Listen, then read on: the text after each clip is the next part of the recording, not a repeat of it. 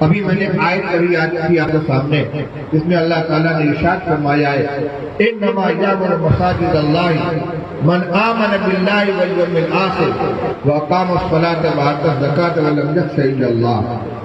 فرمایا کہ اللہ کی مسجدوں کو آباد کرنے والے وہی لوگ ہیں جن میں 5 صفتیں پائی جائیں: اللہ پر ایمان رکھتے ہو، مرنے کے بعد پھر دوسری زندگی آنے والی ہے یوم آخرت، اس پر ایمان رکھتے ہو، ہر وقت ان کے سامنے یہ پیش نظر ہو کہ اچھا برا جو بھی کچھ ہم عمل کریں گے یہ سب کے سب لکھا جا رہا ہے اور اللہ کے سامنے پیش ہو کر ہمیں اپنے اعمال کا حساب دینا ہے، جس کو یوم آخر کہتے ہیں۔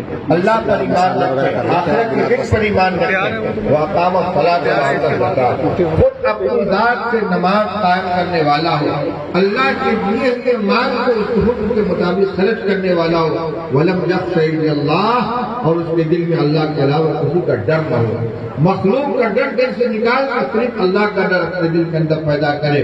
جس کی یہ صفات ہوں گی حقیقت میں مسجد کو آباد کرنے والے وہی ہیں۔ ان صفات کو ہمیں اپنے اندر پیدا کرنا ہے۔ میرے بھائیوں، میں نے یاد کیا کہ ایک ہے مسجد کا تعمیر کر لینا جس میں مسلمان بڑے جوش و خروش کے ساتھ شریک ہوتے ہیں، فضیلت بھی ان کے سامنے آتی ہے کہ رسول اللہ صلی اللہ علیہ وسلم نے ارشاد فرمایا من بنا للہ مسجدا بنى اللہ لہ بیتا فی الجنہ، جو اللہ کے لیے مسجد بنائے گا اللہ تعالیٰ اس کے لیے جنت میں گھر بنائیں گے۔ اس لیے لوگ بڑھ چڑھ کر اس میں حصہ لینا چاہیے، لیکن مسجد کے تعمیر ہو جانے کے بعد بڑی ذمہ داری یہ ہے کہ مسجد کو نماز سے آباد کیا جائے اور گھروں کو نماز سے آباد کیا جائے۔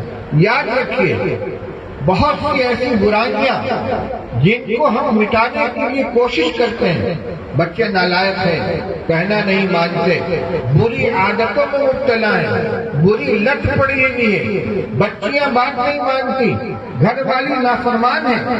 قرآن نسخہ استعمال کیجئے، اللہ تعالیٰ فرماتے ہیں ان الصلاۃ تنہی عن الفحشاء والمنکر، نماز بے حیائیوں سے منکرات سے روکتی ہے۔ یہ نماز کی تاثیر ہے، اگر کسی کی زندگی میں نماز زندہ ہو گئی تو حقیقی معنی میں نمازی بن جائے گا تو اس کی بری عادتیں از خود چھوٹ جائیں گی۔ حدیث میں واقعہ ہے کہ ایک صاحب جان کہ یا رسول اللہ ان فلان یصلی ویسرق، فلاں شخص نماز بھی پڑھتا ہے اور رات کو چوری بھی کرتا ہے، تو رسول اللہ صلی اللہ علیہ وسلم نے ارشاد فرمایا الا ان صلاتہ ستنہی، سن لو اس کی نماز اس کو چوری سے روک دے گی۔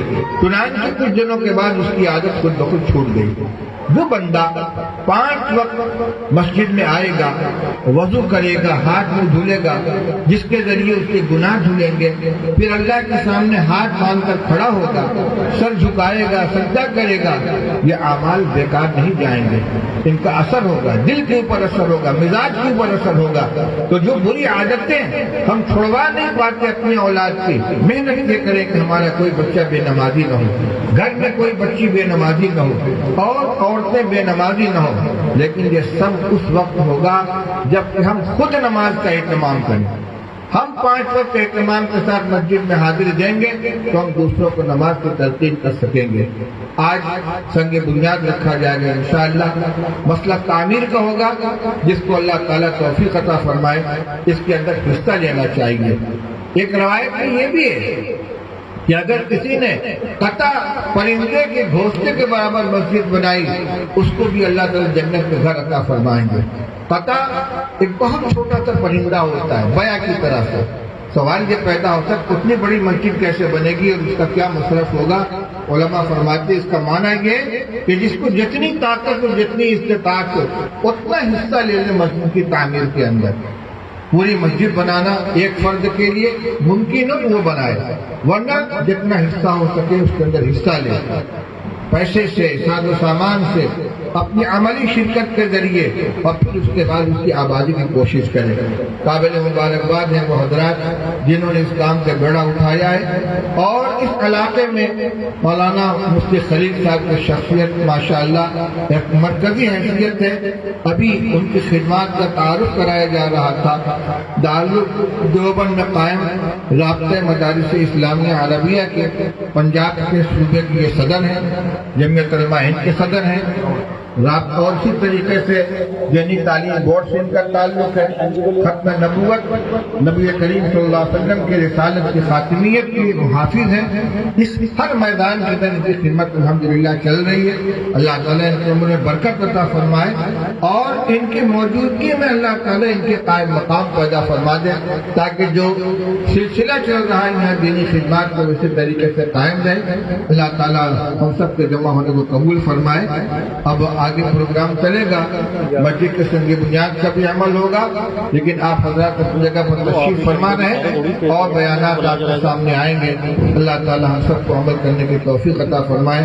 میں اپنی عزت افزائی کے اوپر اور اپنے اکرام کے اوپر آپ تمام حضرات کا شکریہ ادا کرتا ہوں. وآخر دعوانا الحمدللہ رب العالمین.